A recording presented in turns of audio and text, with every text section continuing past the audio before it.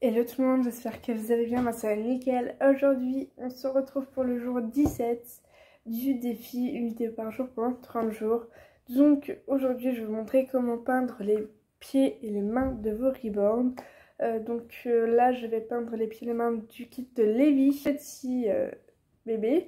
Voilà, il y a une semaine maintenant je vous ai montré du coup le tuto comment peindre son petit visage, les oreilles, etc.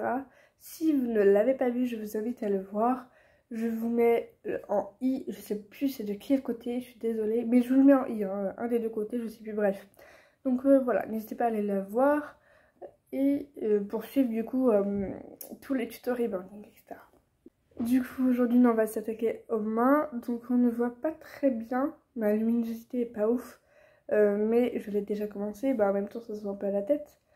Je l'ai déjà bien commencé, il y a les nervures, les marqueurs, les veines, etc. Pas mal de choses qu'on ne voit pas très bien. Donc là je vais vous montrer du coup moi comment je peins mes mains, etc. Puis c'est parti. Donc comme pour la tête j'utilise deux pinceaux, donc le pinceau numéro 2 et 000, donc 3 0. J'utilise la même peinture, donc la peinture rouge foncé. J'utilise aussi cette éponge là. Donc ce que je commence à faire c'est prendre du coup la peinture et hop là, venir en mettre que sur les doigts de chaque côté.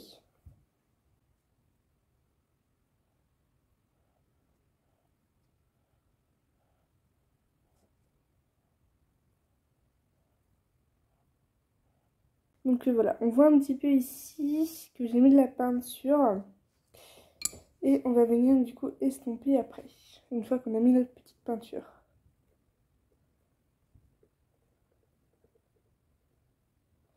Donc on recommence ça encore une fois. Une fois que la deuxième couche est faite, je sais pas si vous allez voir,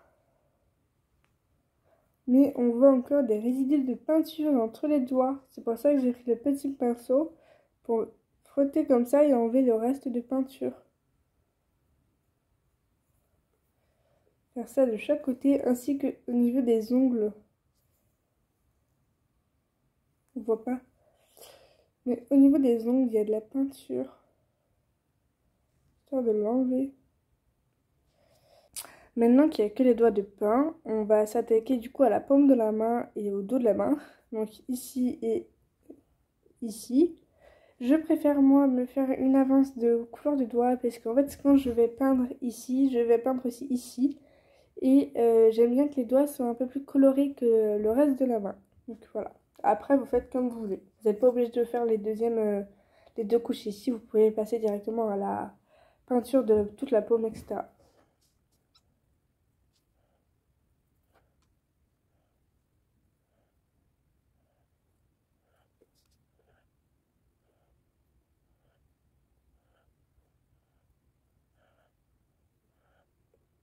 Une fois que vous avez obtenu la couleur que vous souhaitez au niveau des mains, la qualité est vraiment pas ouf. Je vais voir si je peux mettre une autre lumière parce que là sinon ça ne le fait pas du tout.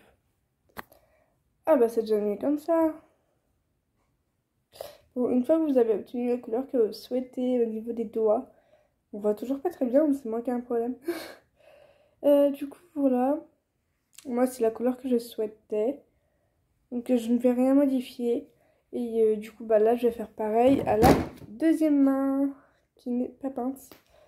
Donc la main pas peinte et la main peinte au niveau des doigts. Je sais pas si on voit beaucoup de différence.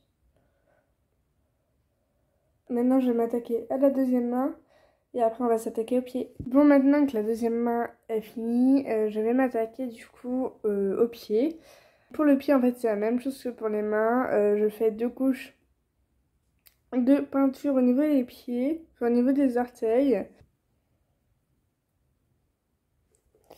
J'y pense, mais les gens qui ne savent pas ce que c'est des ribands et qui tombent sur cette vidéo où je suis en train de peindre des pieds, des mains, où on voit une tête derrière décapitée, ils doivent sûrement se dire qu'on est folle, enfin que je suis folle.